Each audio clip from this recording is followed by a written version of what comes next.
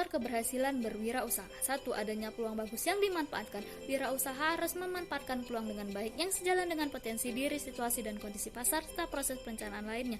2. Perencanaan yang matang digunakan untuk meminimalisir resiko juga potensi yang muncul ke depannya serta agar usaha berjalan dengan lancar. 3. Tekad kuat dan kemauan keras. Dengan sifat ini, wirausaha merasa tidak takut akan gagal. Jika gagal akan terus mencoba hingga mencapai kesuksesan.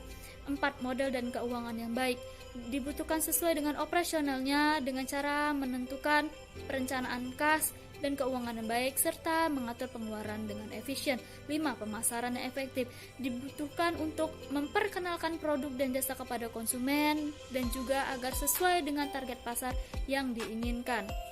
SDM yang kompeten. Kita sebagai pengusaha kita harus mempunyai sumber daya manusia yang baik dan berkompeten di bidangnya agar dapat membantu kita dalam mengembangkan usaha kita. Yang ketujuh, jaringan yang luas.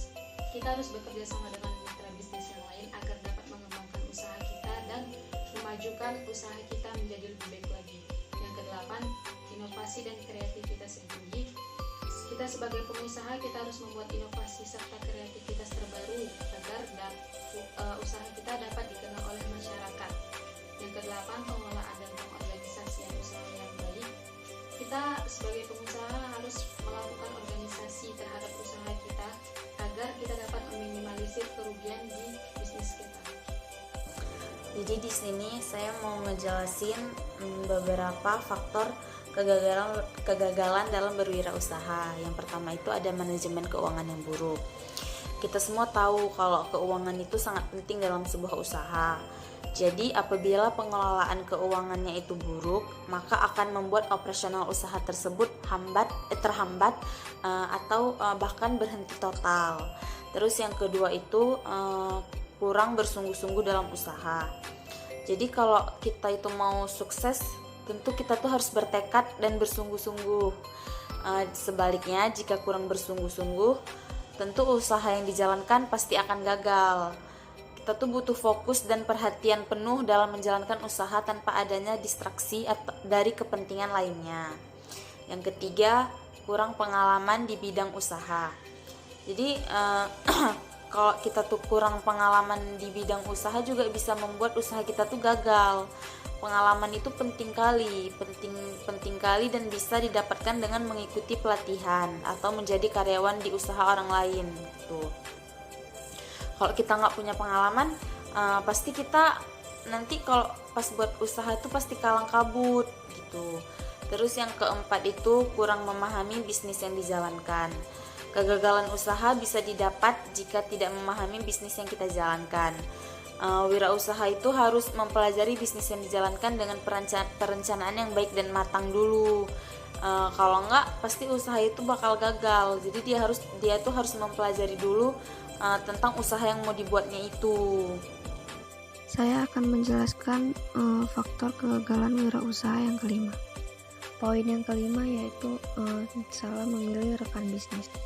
Jika rekan bisnis tidak kompeten, maka imbasnya akan terjadi pada usaha yang kita jalani. Yang keenam ialah riset pasar dan pemasaran yang buruk. Yang ketujuh yaitu kurang siap menghadapi peralihan bisnis. Seorang wirausaha harus mampu menghadapi tren pasar dan peralihan bisnis. Misalnya seperti peralihan bisnis offline ke bisnis online.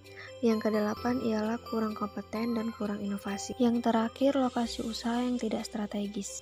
Jika usaha tidak strategis, maka usaha tidak akan berkembang.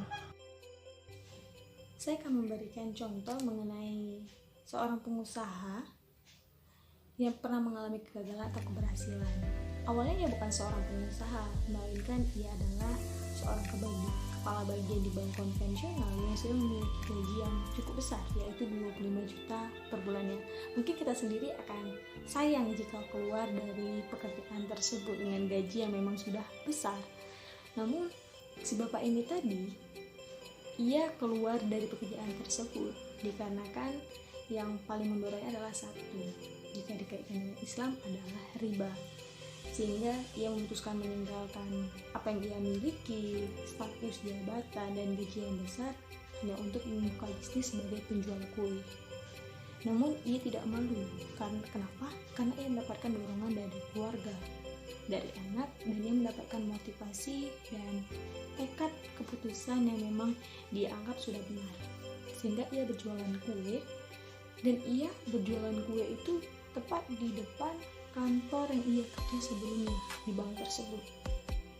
Jika kita menjadi bapak tersebut, apa yang kita rasakan? Mungkin kita akan merasa malu, dan kita akan mendapatkan kata-kata yang tidak pantas dari orang lain. Dan memang benar, Pak Edi ini tadi mendapatkan kata-kata yang tidak senonoh, mendapatkan cibiran, dikata-katai, ia dikatakan bodoh dan semacamnya, dikarenakan kenapa ia menanggalkan pekerjaan sebelumnya yaitu menjadi seorang penjual kue. Namun ia tidak membalasnya dengan kata-kata apapun. Dia melayani, dan ia akan membuktikan bahwasannya dengan usaha kecil ini ia mampu menghasilkan yang lebih.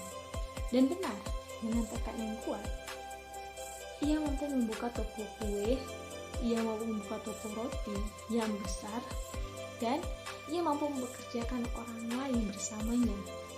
Nah, ini merupakan sebuah motivasi yang sangat luar biasa, dan ia merasa juga bahwasanya yang terpenting yang ia dapat hari ini dengan penjualan kue, ia mendapatkan hasil yang halal.